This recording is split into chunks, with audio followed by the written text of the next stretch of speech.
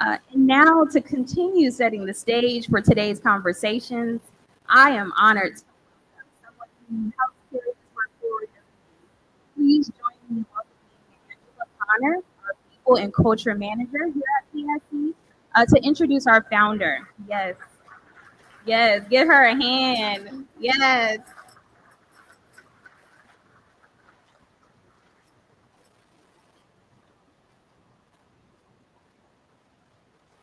So, good morning, everyone.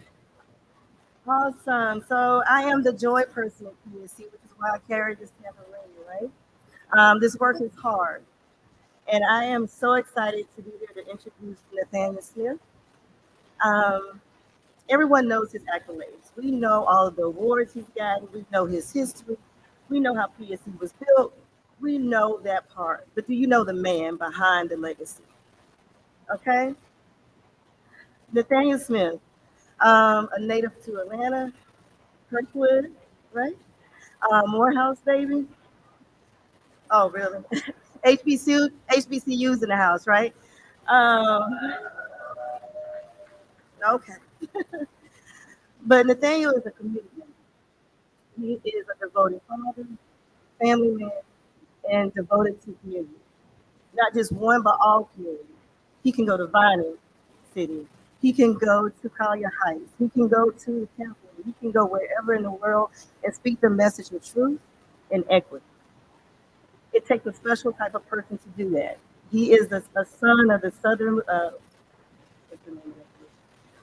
He's been a part of equity since he was a child. Let's just say that. And he's a little older now, right, Nathaniel? So his accolades should be long, hours and hours of accolades, right? It takes a special person, as I said, to do that work. It takes heart, not just the mental part, but it takes the heart. So today, Nathaniel's going to talk to you from his heart and tell you what the next steps are in this racial equity movement that we have. Nathaniel, can you come to the stage, please? My brother in equity, Nathaniel Smith.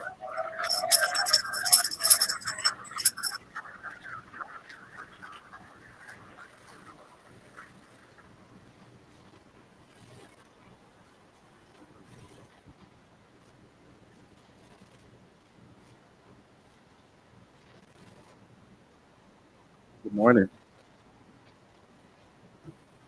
I tell you, it is wonderful, truly, truly to see you all this morning. Thank you for sharing your Saturday morning with us. I know that many of you work hard, and for you to decide to be here with us means the most. Uh, Time is precious and valuable. And so, for that, we're just truly thankful that you're willing to invest your time not only in this particular effort, but hopefully in the future you will be willing to invest your time in working with us to create a society where all people can be seen as valuable, as precious, and that all people will be positioned in a way to be a part of the change that we need in our community. And let us be clear, the type of change that we need will require us, all of us, to be involved in the shaping and the reimagining of a better world for all of us. And let us be clear also, for those that may be confused, we will never, ever, ever go back to the way things were.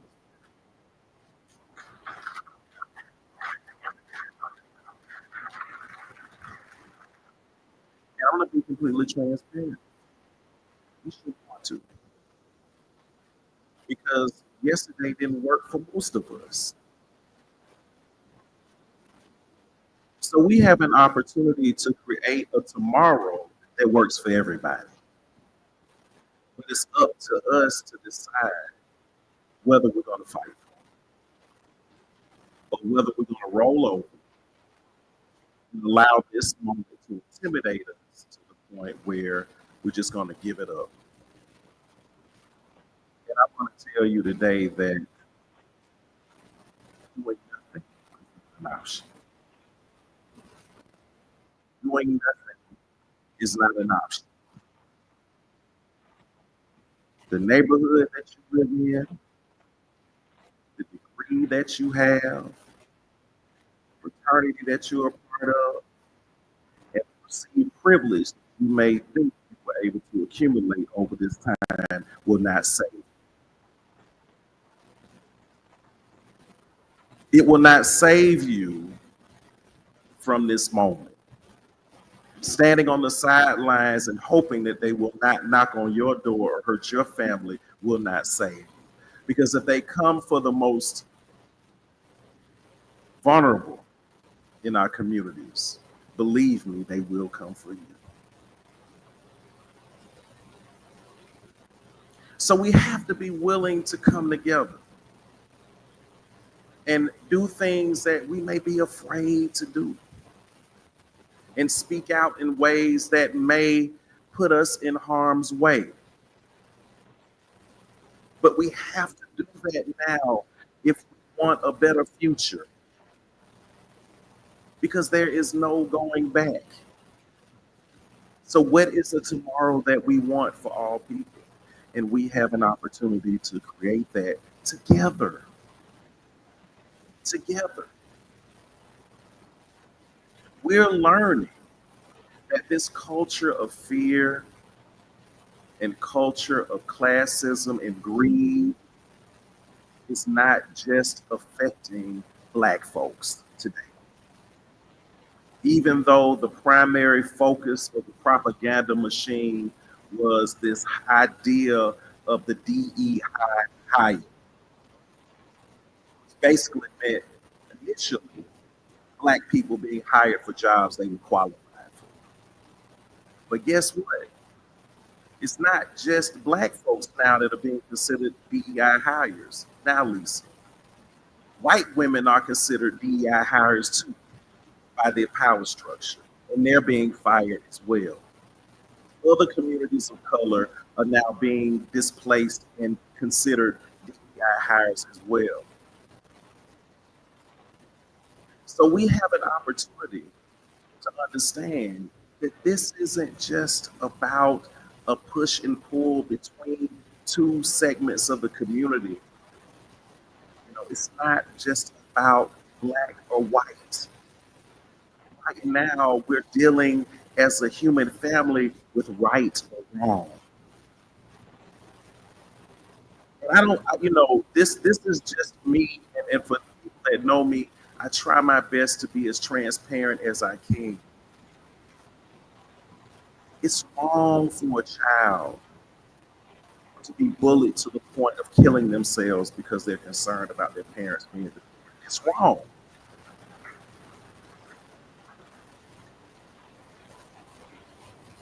It's wrong for an individual who has worked hard and been extremely successful in their education to be fired because they're considered DEI hire when they were qualified for a particular job that they were given or assigned. That's wrong. At the same time, it's wrong for a senior citizen in Appalachia right now to be concerned about whether they're going to get their TANF check because the checks have been cut because they never thought that the person that they voted for would attack and harm them. They thought that they would be attacking other people, but now they're learning that they're being attacked in the same fashion. It's wrong. So we can talk about all of the statistics and all of the various things that make the case from a data perspective about why the direction that we're going is harming us. But we know deep down inside that this is wrong. We don't have to see data or statistics to understand that it's wrong when people have to wake up in the morning and have to choose between paying their light bill and buying groceries. It's wrong. So what are we going to do about it?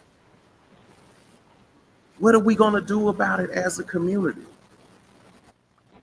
And before we strategize and mobilize, organize around these various issues, we have to do what Dr. Thurman said, and that is come alive. We have to be willing to come alive before we can sit and talk about what the strategies and the tactics are. And that's why PST wanted to create this space for us to come alive collectively, because at the end of the day, we are dealing with an opposition that is trying to kill us. And not just kill us physically, they're trying to kill our dignity. They're trying to kill our empathy. They're trying to kill our connection. They're trying to kill our hope, our faith in humanity. They're trying to kill every aspect of who we are as human beings. And the only thing that we can do to push up against that is to come alive. We have to come alive and refuse to allow anyone to take our connection away from us as a human family, or our commitment to create a beloved community that Dr. Clean talked about. We have to come alive.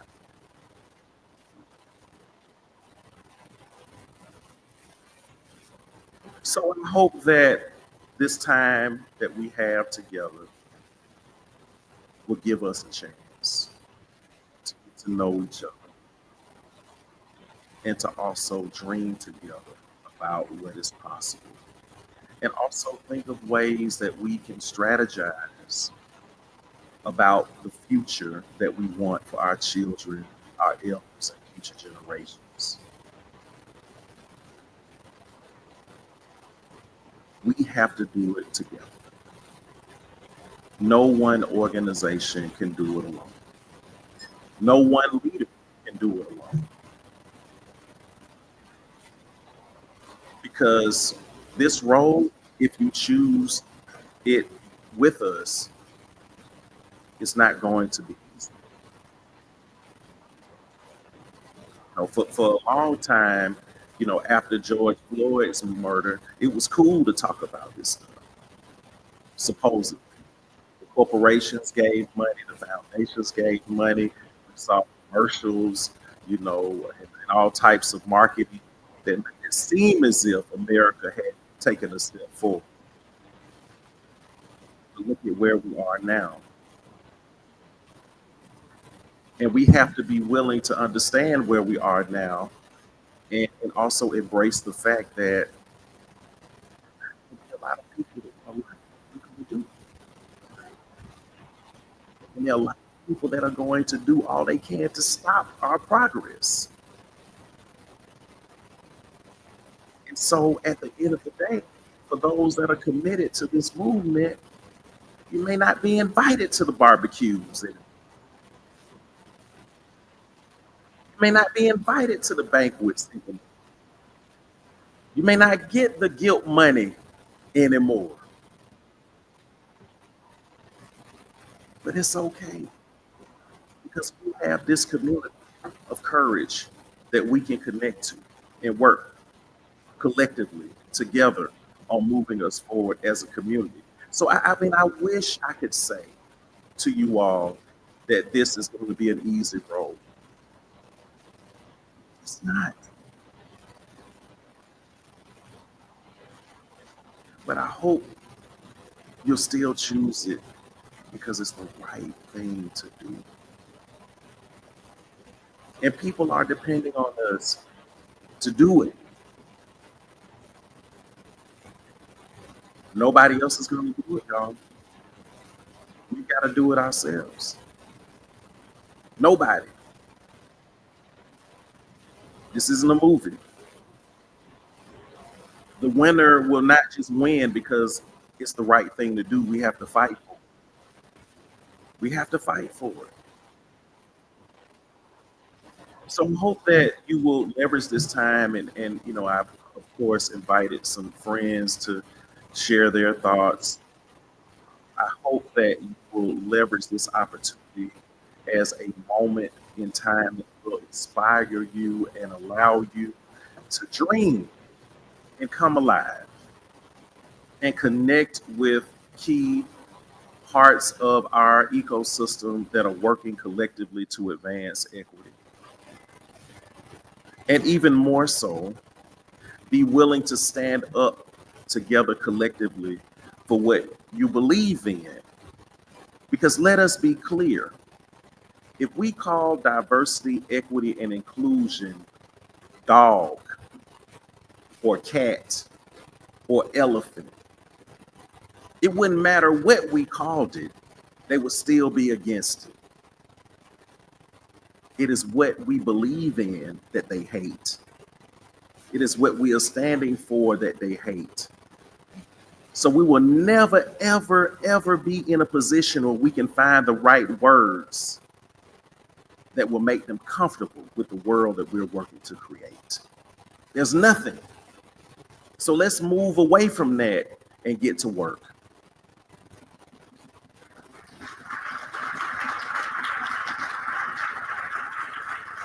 Because one thing I promise you, the Partnership for Southern Equity will always be the Partnership for Southern Equity.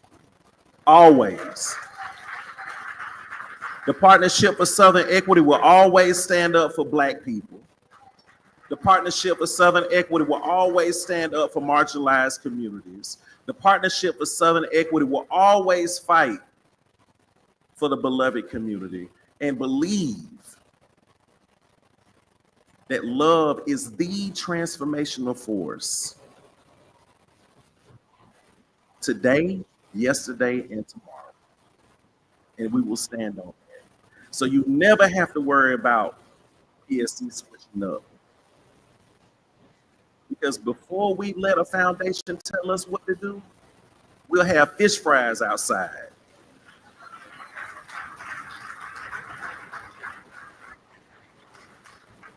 Because I'm very, very clear that there's a difference, and my staff understands this. There's a difference between a job and an assignment.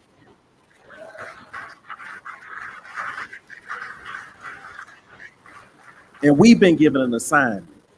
It's not a job for me. I had the cushy job. I had a good job. Young and free and had a good job. But that wasn't important to me. I love my people more than I love my job. And that's why 15 years ago, PSC was founded. So I'm excited. I look forward to us really coming together. And again, this is not a pity party.